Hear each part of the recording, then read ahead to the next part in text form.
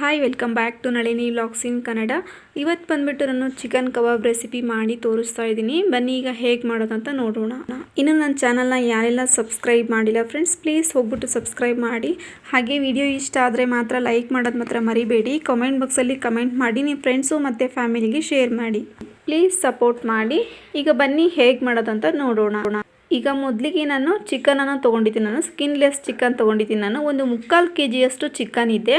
ಚಿಕ್ಕದಾಗಿ ಮೀಡಿಯಮ್ ಸೈಜಾಗಿ ನಾನು ಪೀಸ್ಗಳನ್ನು ನಾನು ಕಟ್ ಮಾಡಿಬಿಟ್ಟು ಇಟ್ಕೊಂಡಿದ್ದೀನಿ. ಈಗ ಮೊದಲಿಗೆ ನಾನು ಮಿಕ್ಸಿ ಜಾರನ್ನು ನಾನು ತೊಗೊಂಡಿದ್ದೀನಿ. ಈಗ ಮಾಡ್ತಾನೆ ನಾನು ತೋರಿಸ್ತೀನಿ ಏನೆಲ್ಲ ಹಾಕ್ತೀನಿ ಅಂತ ಅಂದ್ಬಿಟ್ಟು.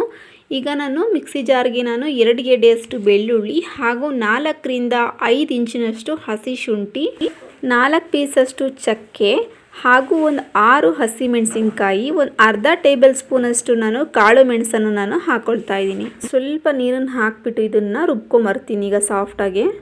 ಈಗ ನಾನು ಒಂದು ಬೌಲ್ ತೊಗೊಂಡಿದ್ದೀನಿ. ಒಂದು ಬೌಲಲ್ಲಿ ನಾನು 1 ಮೊಟ್ಟೆಯನ್ನು ನಾನು ಒಡೆದ್ಬಿಟ್ಟು ಹಾಕ್ಕೊಂಡಿದ್ದೀನಿ. ಈಗ ಇದಕ್ಕೆ ಅಚ್ಕಾರದ ಪುಡಿಯನ್ನು ನಾನು ಹಾಕ್ಕೊಳ್ತಾ ಇದ್ದೀನಿ. ಅಚ್ಕಾರದ ಪುಡಿ ಸುಮಾರಾಗಿ 1 ಟೇಬಲ್ ಸ್ಪೂನಷ್ಟು ನಾನು ಅಚ್ಕಾರದ ಪುಡಿಯನ್ನು ನಾನು ಹಾಕ್ಕೊಂಡಿದ್ದೀನಿ. ಹಸಿ ಮೆಣಸಿನ್ಕಾಯಿ ಹಾಕಿರೋದ್ರಿಂದ ನೋಡಿಬಿಟ್ಟು ಹಾಕ್ಕೊಳ್ಳಿ. ಹಾಗೆ ಒಂದು 1/4 ಟೀ ಸ್ಪೂನಷ್ಟು ಅರಿಶಿಣದ ಪುಡಿ ಹಾಗೂ 1.5 ಟೇಬಲ್ ಸ್ಪೂನಷ್ಟು ಗರಂ ಮಸಾಲ ನಾನು ಹಾಕ್ಕೊಳ್ತಾ ಇದ್ದೀನಿ. ರುಚಿಗೆ ತಕ್ಕಷ್ಟು ಉಪ್ಪು. ಗರಂ ಮಸಾಲ ಇಲ್ಲ ಅಂತ ಅನ್ನೋರು ನೀವು ಚಿಕನ್ ಮಸಾಲ ಇದ್ರೂ ಸಹ ನೀವು ಹಾಕೋಬೋದು. ಈಗ ಇದನ್ನು ಬೀಟರ್ ತೊಗೊಂಡು ನಾನು ಚೆನ್ನಾಗಿ ಇದನ್ನು ಬೀಟ್ ಮಾಡ್ಕೊಳ್ತಾ ಇದ್ದೀನಿ. ಒಂದಕ್ಕೊಂದು ಮೊಟ್ಟೆ ಏನಿದೆ ಈ ಮಸಾಲೆ ಪೌಡರೆಲ್ಲ ಹಾಕಿದ್ದೀವಲ್ಲ, ಇದು ನೀಟಾಗಿ ಹೊಂದ್ಕೊಳ್ಬೇಕು. ಅಷ್ಟೋವರೆಗೂ ನಾವು ಇದನ್ನು ಬೀಟ್ ಮಾಡ್ಕೊಳ್ಬೇಕಾಗುತ್ತೆ. ಈಗ ನೋಡ್ತಾ ಇರ್ಬೋದು ಚೆನ್ನಾಗಿ ಇದನ್ನು ಬೀಟ್ ಮಾಡ್ಕೊಂಡಿದ್ದೀನಿ. ಈಗ ಒಂದು 2 ಚಿಟಿಕೆ ಅಷ್ಟು ನಾನು ಕಲರ್ ಹಾಕ್ಕೊಂಡಿದ್ದೀನಿ. ರೆಡ್ ಕಲರ್ ಇದು. ನಿಮಗೆ ಕಲರ್ ಬೇಡ ಅಂತ ಅನ್ನೋರು ನೀವು ಸ್ಕಿಪ್ ಮಾಡ್ಬೋದು. ಈಗ ಕಲರ್ ಹಾಕಿದ ನಂತರ ನಾವು ಚೆನ್ನಾಗಿ ಈಗ ಮಿಕ್ಸ್ ಮಾಡ್ಕೊಳ್ಬೇಕಾಗುತ್ತೆ.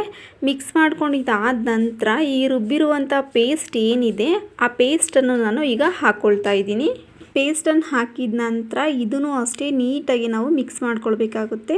ಯಾವುದೇ ರೀತಿಯಾಗಿ ನೀರನ್ನು ನಾವು ಹಾಕಿಲ್ಲ, ಸ್ವಲ್ಪ ಮಾತ್ರ ಮಿಕ್ಸಿ ಜಾರ್ಗೆ ರುಬ್ಬೋಕ್ಕೆ ಹಾಕುವಾಗ ಮಾತ್ರ ಸ್ವಲ್ಪ ಹಾಕ್ಕೊಂಡಿದ್ದೆ. ಈಗ 4ರಿಂದ 5 ಟೇಬಲ್ ಸ್ಪೂನಷ್ಟು ಕಾರ್ನ್ಫ್ಲೋರ್ ಹಾಗೆ ಒಂದು 2 ಟೇಬಲ್ ಸ್ಪೂನಷ್ಟು ಅಕ್ಕಿ ಹಿಟ್ಟನ್ನು ನಾನು ಹಾಕ್ಕೊಂಡಿದ್ದೀನಿ. ಅಕ್ಕಿ ಹಿಟ್ಟು ಹಾಕೋದ್ರಿಂದ ತುಂಬಾ ಕ್ರಿಸ್ಪಿಯಾಗಿ ಬರುತ್ತೆ. ಹಾಗಾಗಿ ನಾನು ಅಕ್ಕಿ ಹಿಟ್ಟನ್ನು ಸಹ ನಾನು ಹಾಕ್ಕೊಂಡಿದ್ದೀನಿ.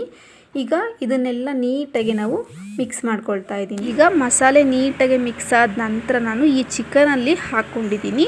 ಈಗ ನೋಡ್ತಾ ಇರ್ಬೋದು ಎಲ್ಲ ಕಡೆಗೂ ನೀಟಾಗಿ ಹೊಂದ್ಕೊಳ್ಳೋ ಥರ ನಾನು ಮಿಕ್ಸ್ ಮಾಡಿಬಿಟ್ಟು ಇದನ್ನು ಸ್ವಲ್ಪ ಇದಕ್ಕೆ ನಾನು ಒಂದು ಅರ್ಧ ಹೋಳಿನಷ್ಟು ಇಲ್ಲ 1 ನಿಂಬೆ ಹಣ್ಣಿನ ರಸನ ನಾನು ಇದಕ್ಕೆ ಹಾಕ್ಕೊಳ್ತಾ ಇದ್ದೀನಿ. ಹುಳಿನೂ ಅಷ್ಟೇ ನೀವು ನೋಡಿಬಿಟ್ಟು ಹಾಕ್ಕೊಳ್ಳಿ. ಲಿಂಬೆ ರಸನ ನಾನು ಹಾಕ್ಕೊಂಡಿದ್ದ ನಂತರ ಈಗ ನಾನು ನೀಟಾಗಿ ಇದನ್ನು ಒಮ್ಮೆ ಕಲಿಸ್ಕೊಳ್ತಾ ಇದ್ದೀನಿ. ಈಗ ಇದನ್ನು ಒಂದು 20 ನಿಮಿಷದವರೆಗೂ ಇದನ್ನು ನೆನೆ ಹಾಕಲಿಕ್ಕೆ ನಾನು ಪಕ್ಕಕ್ಕೆ ಎತ್ತಿಟ್ಕೊಂಡಿದ್ದೀನಿ. ಈಗ 20 ನಿಮಿಷದವರೆಗೂ ಇದನ್ನು ನೆನೆ ಹಾಕ್ಕೊಂಡಿದ್ದೆ ಚಿಕನನ್ನು. ಎಣ್ಣೆನೂ ಸಹ ನಾನು ಕಾಯಲಿಕ್ಕೆ ಇಟ್ಕೊಂಡಿದ್ದೀನಿ.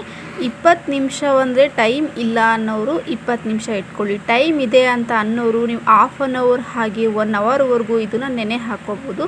ತುಂಬಾ ಚೆನ್ನಾಗಿರುತ್ತೆ. ಉಪ್ಪು ಖಾರ ಎಲ್ಲ ನೀಟಾಗಿ ಪೀಸ್ಗೆ ಹಿಡ್ಕೊಳ್ಳುತ್ತೆ. ಹಾಗಾಗಿ ಈಗ ನೋಡ್ತಾ ಇರ್ಬೋದು ಎಣ್ಣೆ ಕಾದಿದೆ. ಎಣ್ಣೆ ಕಾದ ನಂತರ ನಾನು ಒಂದೊಂದಾಗಿ ಪೀಸನ್ನು ನಾನು ಈ ರೀತಿಯಾಗಿ ನಾನು ಮೀಡಿಯಮ್ ಫ್ಲೇಮಲ್ಲಿ ಕಾಸಿಟ್ಕೊಂಡಿರುವಂಥ ಎಣ್ಣೆ ಒಳಗೆ ನಾನು ಈ ರೀತಿಯಾಗಿ ನಾನು ಬಿಟ್ಕೊಳ್ತಾ ಇದ್ದೀನಿ. ಈಗ ನಾವು ಒಂದು ಕಡೆ ಬೆಂದಾದ ನಂತರ ನಾನು ಇನ್ನೊಂದು ಕಡೆ ನಾನು ತಿರುವು ಹಾಕ್ಕೊಳ್ತಾ ಇದ್ದೀನಿ.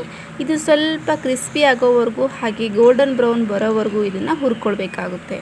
ನಾನು ಚಿಕನ್ ರೆಸಿಪೀಸು ಹಾಗೆ ಮಟನ್ ರೆಸಿಪೀಸ್ ಎಲ್ಲ ತುಂಬಾ ವಿಡಿಯೋ ಹಾಕಿದ್ದೀನಿ. ಪ್ಲೀಸ್ ಯಾರೆಲ್ಲ ನೋಡಿಲ್ಲ ಹೋಗ್ಬಿಟ್ಟು ಚೆಕ್ ಮಾಡಿ ವಿಡಿಯೋ ನೋಡಿ. ತುಂಬಾ ಸಿಂಪಲಾಗಿ ತುಂಬ ಟೇಸ್ಟಿಯಾಗೂ ಸಹ ಇರುತ್ತೆ.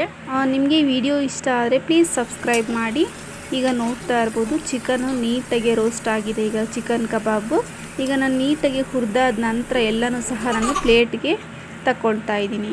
ಹಾಗೆ ಎಲ್ಲ ಕಬಾಬನ್ನು ನಾನು ಈ ರೀತಿಯಾಗಿ ನಾನು ಹಾಕ್ಕೊಂಡು ನೀಟಾಗಿ ಎಲ್ಲ ಹುರ್ಕೊಂಡಾದ ನಂತರ ನಾನು ಲಾಸ್ಟಲ್ಲಿ ಸ್ವಲ್ಪ ಕರಿಬೇವಿನ ಸೊಪ್ಪು ಹಾಗೆ ಹಸಿ ಮೆಣಸಿನ್ಕಾಯಿನ ಹಾಕಿಬಿಟ್ಟು ಹುರಿದ್ಬಿಟ್ಟು ಇದಕ್ಕೆ ಹಾಕ್ಕೊಂಡಿದ್ದೀನಿ. ಮಧ್ಯ ಮೆಣಸಿನ್ಕಾಯಿ ಚಿಕನ್ ಕಬಾಬ್ ತಿಂತಾ ಇದ್ದರೆ ಆ ರುಚಿನೇ ಬೇರೆ. ತುಂಬ ಕಲರ್ಫುಲ್ಲಾಗಿ ತುಂಬ ಟೇಸ್ಟಿಯಾಗಿ ಇತ್ತು. ನೀವು ಒಮ್ಮೆ ಟ್ರೈ ಮಾಡಿ ನೋಡಿ ಹೇಗಾಗಿದೆ ಅಂತ ಕಮೆಂಟ್ ಬಾಕ್ಸಲ್ಲಿ ಕಮೆಂಟ್ ಮಾಡಿ. ವಿಡಿಯೋ ಇಷ್ಟ ಆದರೆ ಲೈಕ್ ಮಾಡಿ, ಫ್ರೆಂಡ್ಸು ಮತ್ತು ಫ್ಯಾಮಿಲಿಗೆ ಶೇರ್ ಮಾಡಿ. ಓಕೆ ಬಾಯ್.